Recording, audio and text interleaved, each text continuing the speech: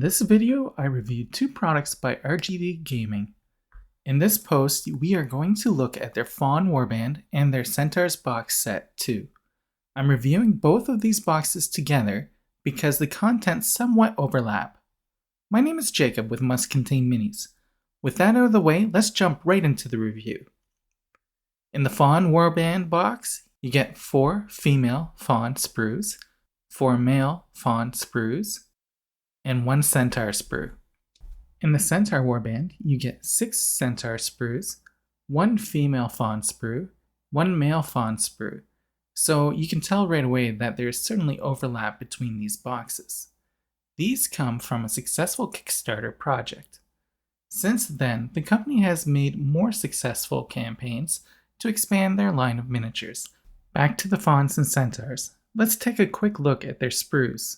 First up, we have the male Fauns. You get 4 of these Sprues in the Faun box, or just 1 in the Centaurs kit. You get enough pieces to make 3 minis per Sprue with a few options. You get 4 different spears, 2 swords, an axe, and a couple of double-handed weapons too.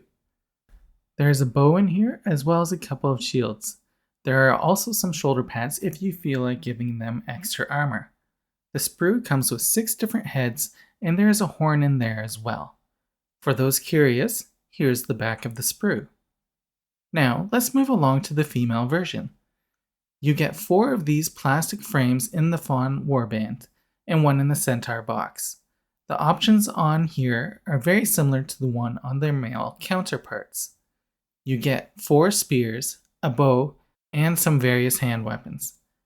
Again, the Sprue comes with a horn, some shoulder pads, 6 head options, and 2 shields. You can see on the legs and torsos that the clothing is different on these figures. Before moving on to the Centaurs, here's the back of the female Faun plastic frame. Let's continue. Here is the plastic frame for the Centaur miniatures. Each frame gives you enough to build 2 figures, but you get lots of options. Look across.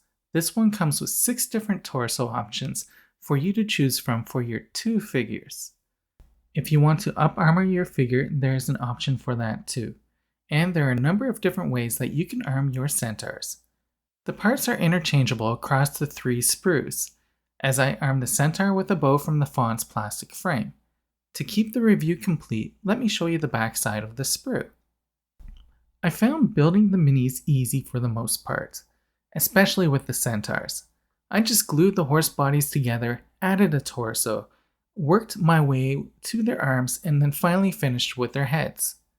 To add some details, I pasted extra spears from the Faun kit onto the spear arm Centaur with some extra armor too.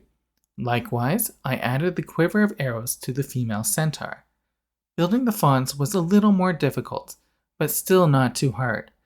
First, I cleaned off the pieces and set them aside. Then I glued the figure's legs to my MDF bases.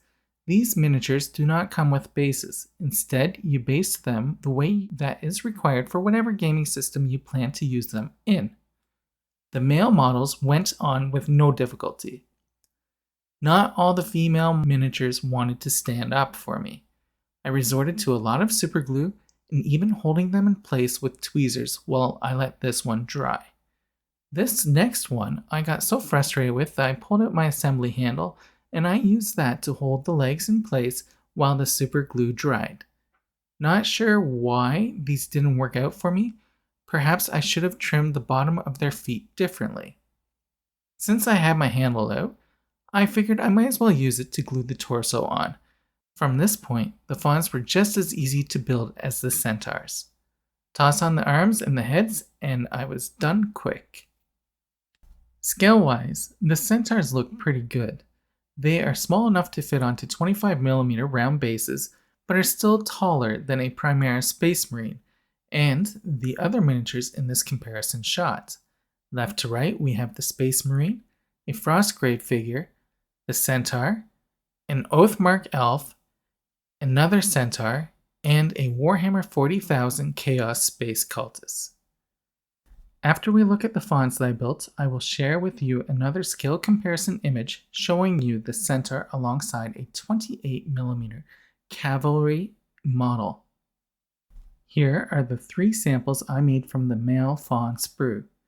I think I could have made them stand a little better if I spent more time on it, but they look good enough for me. If you are looking to do a lower cost proxy Beastman army, or looking for miniatures for an RPG game, this might fit the bill nicely.